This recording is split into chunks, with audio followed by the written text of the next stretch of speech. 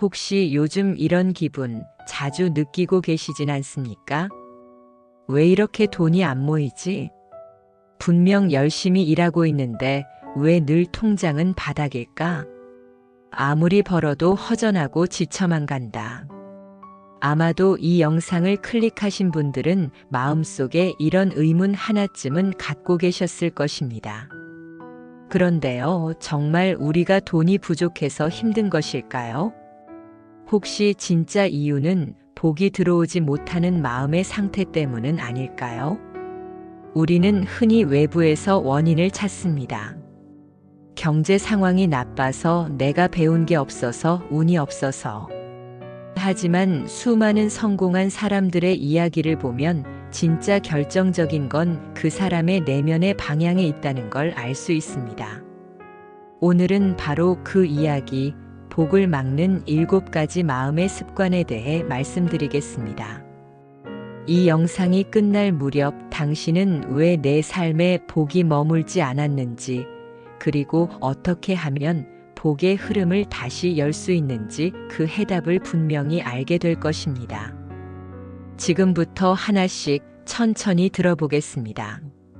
첫째, 끝없는 갈망, 만족을 모르는 마음.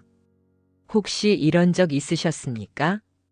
어느 날 내가 지금 가진 것들이 하루아침에 초라하게 느껴졌던 순간, 친구가 외제차를 뽑았다는 소식을 들었을 때, SNS에서 누군가는 해외여행을 다녀왔고 누군가는 큰 돈을 벌었다는 자랑을 했을 때, 그 순간 나도 뭔가 더 가져야 할 것 같다는 생각이 스멀스멀 올라옵니다. 이 마음 사실 자연스러운 것입니다. 우리는 비교 속에서 살아가고 있으니까요. 그런데 그 마음이 갈망으로 바뀌는 순간 복은 조용히 자리를 뜹니다. 왜냐하면 복은 만족하는 마음에 머물기 때문입니다. 한 신도가 있었습니다. 그는 스님에게 이렇게 물었습니다. 스님, 저는 왜 이렇게 돈이 안 모일까요? 매일같이 일하고 아끼는데도 남는 게 없습니다. 스님은 고요한 눈으로 그를 바라보며 단 한마디만 건넸습니다.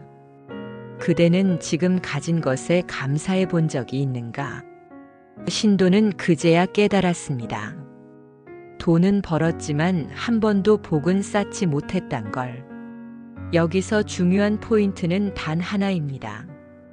지금 가진 것에 감사할 줄 아는가? 매일 아침 눈을 뜨자마자 이 3가지만 떠올려 보십시오. 오늘 아침 따뜻한 밥을 먹을 수 있는 것. 나를 걱정해주는 가족이나 친구가 있다는 것. 오늘도 다시 일어날 수 있는 건강한 몸이 있다는 것. 작은 감사가 복의 흐름을 바꾸는 가장 현실적인 첫걸음입니다.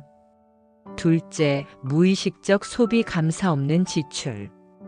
당신은 혹시 돈을 쓰는 습관에 대해 생각해 본 적이 있으십니까?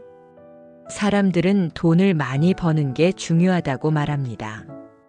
하지만 정말 중요한 건 돈을 어떻게 쓰느냐입니다. 예를 들어볼까요?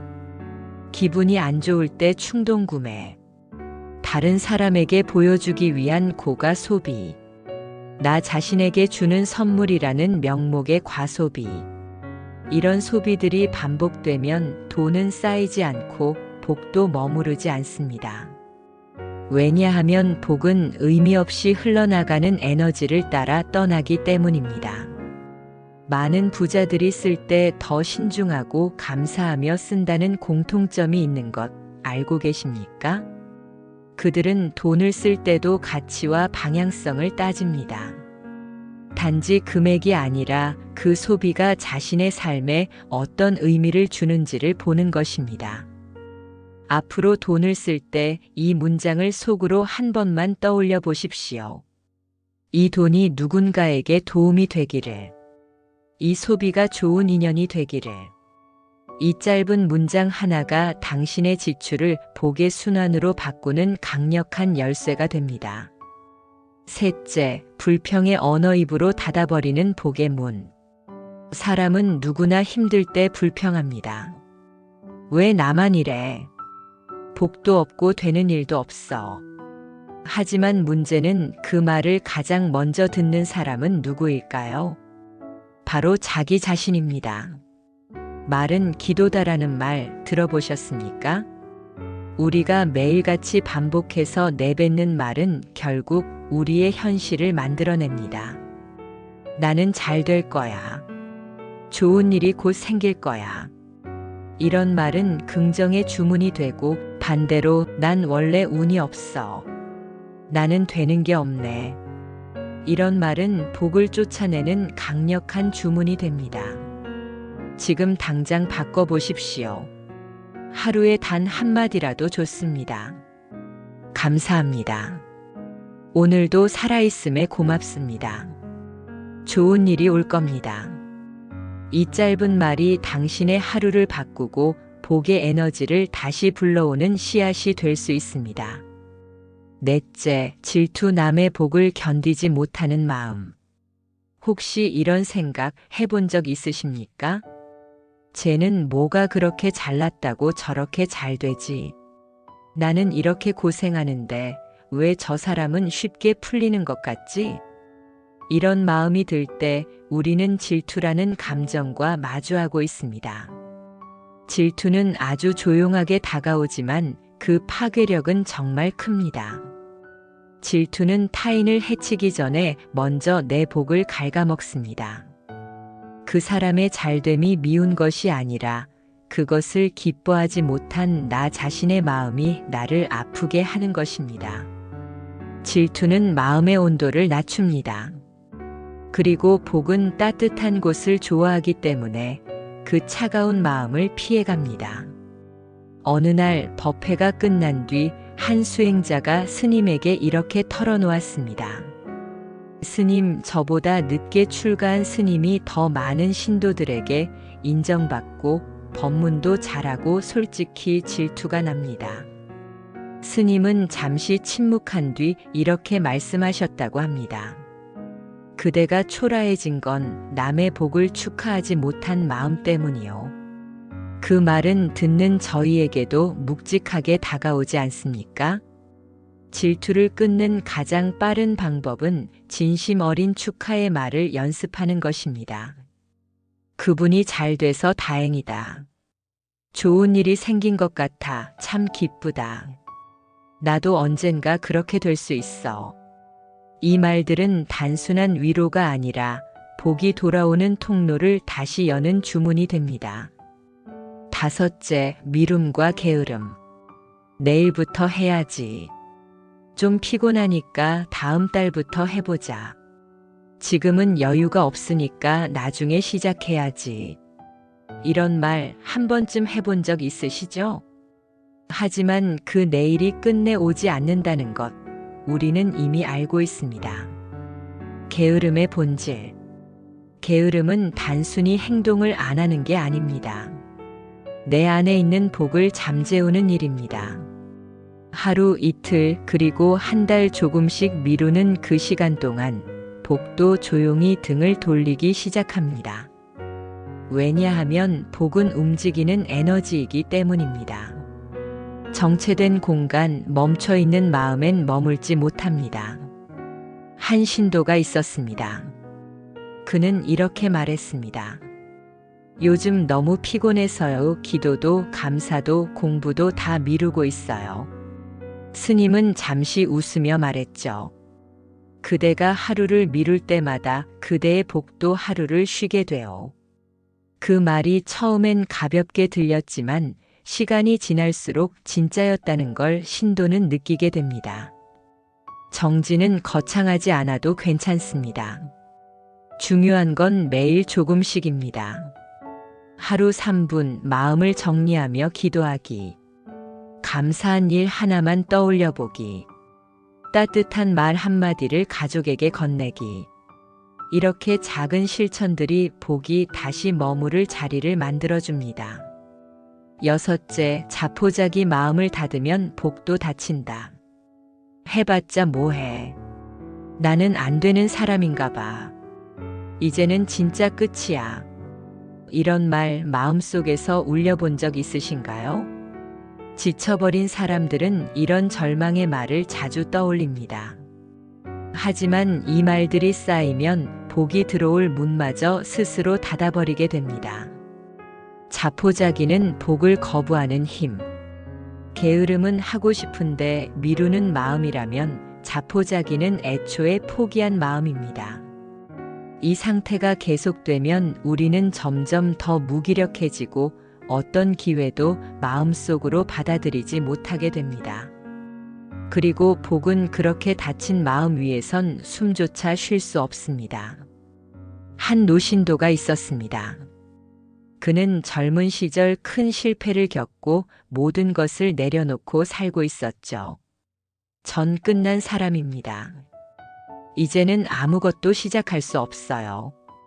그 말을 들은 스님은 차를 따르며 이렇게 말씀하셨습니다. 그대가 끝이라 말한 그 자리가 부처님께선 시작이라 부르셨소.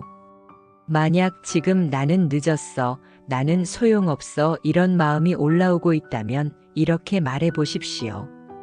지금부터 다시 해볼 수 있어. 아직 늦지 않았어. 나는 다시 시작할 수 있다. 이 말은 단순한 긍정이 아니라 복을 다시 초대하는 용기의 언어입니다. 일곱째, 무정함 따뜻하지 못한 마음에는 복이 머물지 않는다. 이제는 혼자가 편하다고 말하는 사람들, 남에게 기대는 걸 꺼리는 사람들, 도움을 받아도 도움을 주는 것도 어색해진 사람들. 혹시 당신도 그런가요? 무정함이 복을 막는다.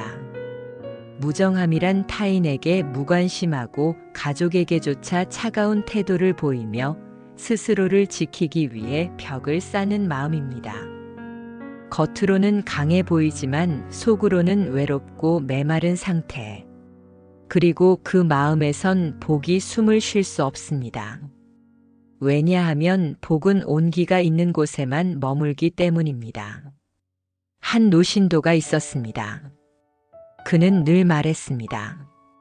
내가 얼마나 살아왔는데 남한테 기대겠어. 세상은 믿을 데가 없어요. 그는 도움을 받아도 감사보다 의심이 먼저였고 무언가를 나누자고 하면 내가 왜? 하고 되묻곤 했습니다. 그 모습을 본 스님은 조용히 말했죠. 그대가 세상을 믿지 않았으니 세상도 그대를 피해갔소.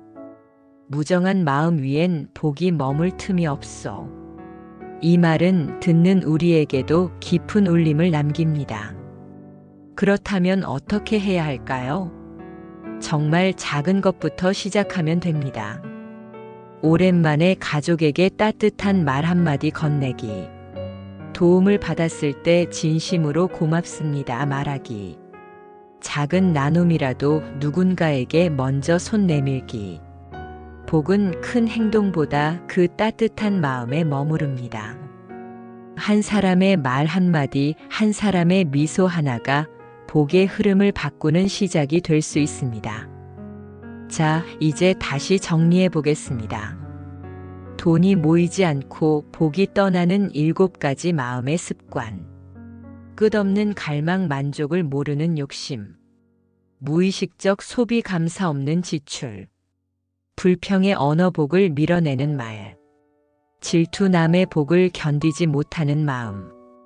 게으름과 미움, 복이 머무를 자리를 잃게 함. 자포자기, 마음의 문을 스스로 닫는 상태. 무정함, 온기 없는 마음에 복은 머물지 않는다. 이 7가지는 겉으로는 사소해 보일 수 있지만 우리 인생의 복과 재물, 관계의 흐름을 조용히 그리고 깊게 막고 있는 힘입니다. 엔딩 메시지, 이제는 바꿔야 할 때. 하지만 희망적인 건 이 모든 건 습관이며 바꿀 수 있다는 것입니다. 복은 먼 곳에 있지 않습니다. 늘 우리 안에 머물고 있었지만 우리가 알아보지 못했을 뿐입니다. 지금 이 순간 당신의 마음속 어딘가에 복이 잠시 머물 수 있는 따뜻한 자리를 하나 만들어 주십시오. 그 자리에 다시 빛이 들어오기 시작할 것입니다. 이 영상이 당신의 마음에 작은 울림이 되었다면 댓글로 당신의 이야기를 들려주십시오. 오늘 어떤 습관이 가장 내 마음에 닿았는지, 혹은 어떤 습관을 바꾸고 싶은지 함께 나눠주시면 그 자체로 하나의 복의 순환이 될 것입니다. 그리고 구독과 좋아요는 이 이야기를 더 많은 분들에게 전할 수 있게 해주는 또 하나의 공덕입니다.